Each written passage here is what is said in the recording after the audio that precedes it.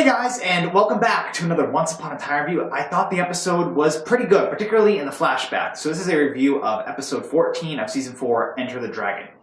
The flashback, like I said, was really good. So at the beginning of the episode, we see Regina, and Regina is still very angry at Snow White for, what happened to Daniel. It makes sense because that's the whole reason the Evil Queen cast the Dark Curse, for revenge.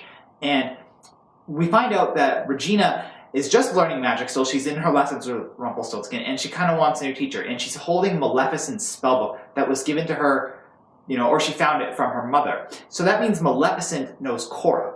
I'm hoping we get to see how that relationship was spawned or shown, because that's really interesting to me. Cora's one of my favorite characters on this show, or was, because she's dead, and I want to know how Maleficent knows Cora. That'd be pretty cool to see. So pretty much what happens is Rumpelstiltskin poofs Regina to go meet Maleficent. And we see Maleficent, and she's very, upset. She's broken because Briar Rose, who is Sleeping Beauty, aka Aurora's mother, beat her. She defeated her spell. She was able to awaken him from the sleeping curse because of true love. And true love to villains is awful. No villain wants true love to break their curse. It's just how it goes, But Regina pretty much is able to get Maleficent's fire back, literally.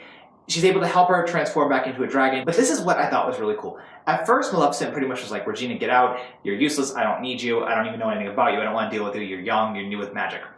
But when Regina is walking back to her kingdom, which apparently is really far away, she finds out that Aurora, who is Briar Rose's daughter, is getting married. And that really bothers her because that means a second generation of happy endings are occurring, and she can't stand this. She cannot understand why she is not getting her happy ending. She can't understand why Maleficent isn't getting her happy ending. And she's pretty much able to inspire Maleficent to reclaim the fire that she once had. And they practice magic for a little bit, and then we see King Stefan for the first time. And King Stefan, I actually like this version of King Stefan much better than I did in the Maleficent movie. But it comes to a point where Regina pretty much is able to inspire Maleficent to turn back into a dragon. She's able to defeat King Stefan's guards, and, Maleficent and Regina are able to become friends. Like, that's their friendship. Maleficent was inspired by Regina. And another really cool point of this I liked is now we get to see why Aurora was cursed. Maleficent cursed Aurora for revenge on King Stefan and Briar Rose for breaking her original spell. We see Aurora get put to sleep. And I think having Sarah Bolger back was pretty cool too. I wish we got to see her in Storybook too. I'm actually really interested in seeing how Maleficent and Aurora, if they do interact in Storybook, which I hope they do, will be. Like, I'm curious how that interaction, that meeting will go. But pretty much the flashback is Maleficent is broken, Regina restores it, they curse Aurora, and it ends. And it's pretty fun. Like, Maleficent and Regina are friends. Like, that's their friendship for me. Regina restored Maleficent's faith and power, and Regina got someone who wanted to talk to her, who would be friendly to her. I liked it. It was good. Then in Storybook, we have Regina infiltrating the Queens of Darkness, pretty much finding out what they're after. And they're after the author. They want to tip the scales. They want to have the villains get all the happy endings, and the heroes get none. Emma is very much not on board with this idea. Her parents don't do anything really. Charming and Snow White are very boring, which is a problem I have with this episode, because last week they were teased to do or having done something very horrible to Maleficent, and that wasn't even brought up. I don't understand why they didn't bring that back up again. I'm guessing it's going to happen later in the show, like it does, but that was such a big thing and they ignored that. Ursula also didn't do too much, and neither did Cruella, which is unfortunate. I get it, the flashback was Maleficent focused, but Storybook could still be, focused on Ursula, Cruella, and Maleficent as well. Ursula is the least favorite at the moment of me for the Queens of Darkness, and the fact that she barely spoke in this episode made me really, I'm hoping next week when we see her in Poor Unfortunate Souls, and by the way, the preview for that looked very cool, I'm hoping I can get on board with Ursula at that point. Pretty much, Regina has to prove herself to the Queens of Darkness that she's evil. Like I said, Emma's not on board with it.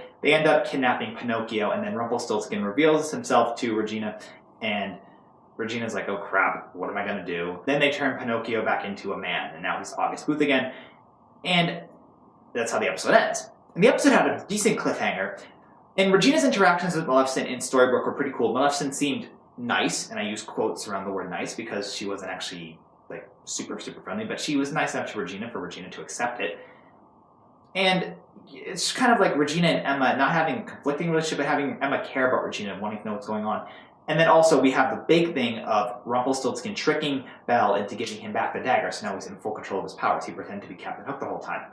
which I really hated because I hate Rumpelstiltskin a lot. And that's pretty much the episode in review. I mean, I thought the episode had some really good points in the fairy tale land. I thought it had some slow points and some lack of character development in, Storybrooke. I liked seeing Maleficent and Regina's relationship in both realms. I mean, Maleficent and Regina definitely are on level with each other, but I'm not seeing anything with Cruella and Ursula, and Rumpelstiltskin was on the back burner. So overall for an episode, solid flashback, kind of weak in Storybrooke except for the last 10 or so minutes of it.